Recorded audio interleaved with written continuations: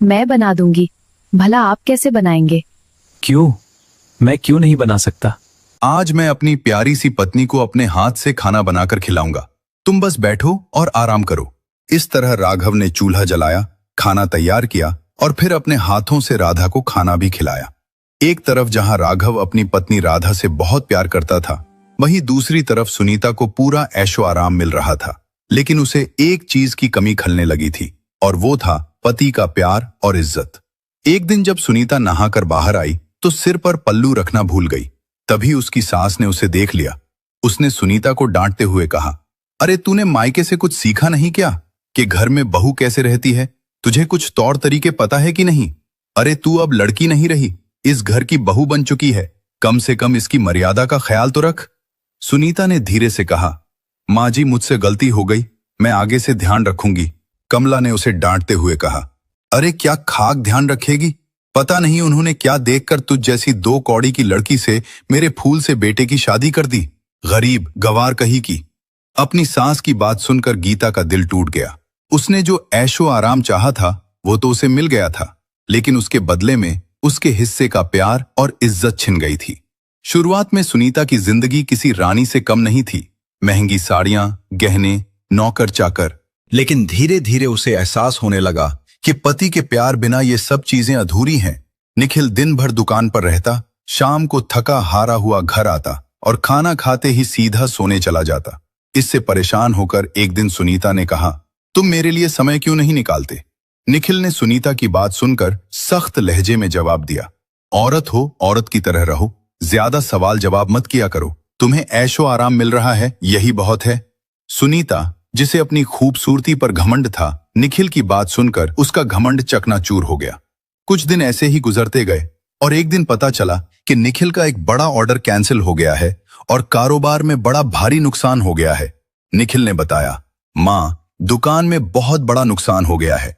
हमें जो बड़ा ऑर्डर मिला था, अब अचानक से क्लाइंट ने मना कर दिया है। उस पर हमने कर्ज लेकर भारी इन्वेस्टमेंट की थी। अब हम बुरी तरह कर्ज में डूब चुके हैं। कमला ने हौसला बढ़ाया, बेटा तू चिंता मत कर, जल्द ही सब ठीक हो जाएगा। बिजनेस में तो ऊंच नीच होती रहती है। लेकिन जैसे जैसे दिन बीतते गए, निखिल की दुकान पर कर्ज बढ़ने लगा। लोगों ने उधार समय पर वापस नहीं किया तो निखिल का पैसा फंस गया। अब उसकी सास कमला का लहजा भी बदल गया। बहू, अब श्रृंगार कम करो, घर के हालात को समझो और ये गहने मुझे दे दो, जरूरत पड़ने पर काम आएंगे।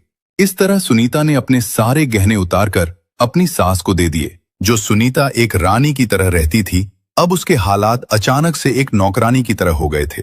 उधर राघव ने एक बड़ा फैसला लिया। उसने कहा, राधा, अब हम सिर्फ फसल पर निर्भर नहीं रह सकते, अब हमें कुछ और भी करना होगा। राधा ने भी राघव का हौसला बढ़ाया और कहा, जी, जैसा आप सही समझे, मैं आपके हर फैसले में आपके साथ हूं। राघव ने कहा, तो फिर ठीक है राधा, मैं शहर में एक छोटी सी दुकान किराए पर ले लेता हूं। हम खेत में ताजा फल और सब्जियां उगाकर वहां बेचा करेंगे। इससे हमें मंडी से कई गुना ज्यादा मुनाफा होगा। राधा ने मुस्कुराते हुए कहा, यह बहुत अच्छा है जी, आप चिंता न करें, मैं आपके साथ हूं, हम खूब मेहनत करेंगे। इस तरह उन दोनों ने मिलकर सब्जियां उगाना शुरू किया और राघव उन्हें मंडी में बेचने की बजाय शहर के बाजार में ले जाकर बेचने लगा। एक शाम जब राघव सब्जियां बेचकर वापस घर आया तो उसने आवाज लगाई, अरे राधा, जरा बाहर तो आओ। राघव की आवाज सुनकर राधा घर से बाहर आई तो उसने देखा राघव के हाथ में बैग लटके हुए हैं। उसने पूछा, क्या बात है, आज आप बहुत खुश लग रहे हो। राघव ने मुस्कुराते हुए कहा, अरे राधा, खुशी की ही तो बात है। तुम्हें पता है, आज मैं 10,000 की सब्जियां बिक गई। राधा बोली, ये तो बहुत खुशी की बात है। अगर ऐसे ही चलता रहा तो हम जल्द ही अमीर हो जाएंगे। हाँ सीता, लेकिन ये सब तुम्हारी वजह से ही हो पाया है। अगर तुम मेरे साथ न होती तो शायद मैं ये कभी नहीं कर पाता। राधा बोली, अजी ये भी कोई कहने की बात है? मैं आपकी पत्नी हूं और आपके हर फैसले में आपके साथ हूं। अच्छा ये सब छोड़िए, पहले ये बताइए आपके हाथों में ये क्या है? राघव ने कहा, पहले अंदर तो चलो, फिर बताता हूं। वो दोनों घर के अंदर आ गए। राघव दोनों बैग राधा के हाथ में देते हुए कहता है, राधा, ये मेरी तरफ से तुम्हारे लिए पहला गिफ्ट है। जब राधा ने बैग खोलकर देखा तो उसमें 2 बहुत ही सुंदर साड़ियां थी। राधा ने पूछा, क्या ये मेरे लिए हैं? राघव ने कहा, नहीं, पड़ोस वाली के लिए है। ये सुनकर राधा के चेहरे पर हल्का सा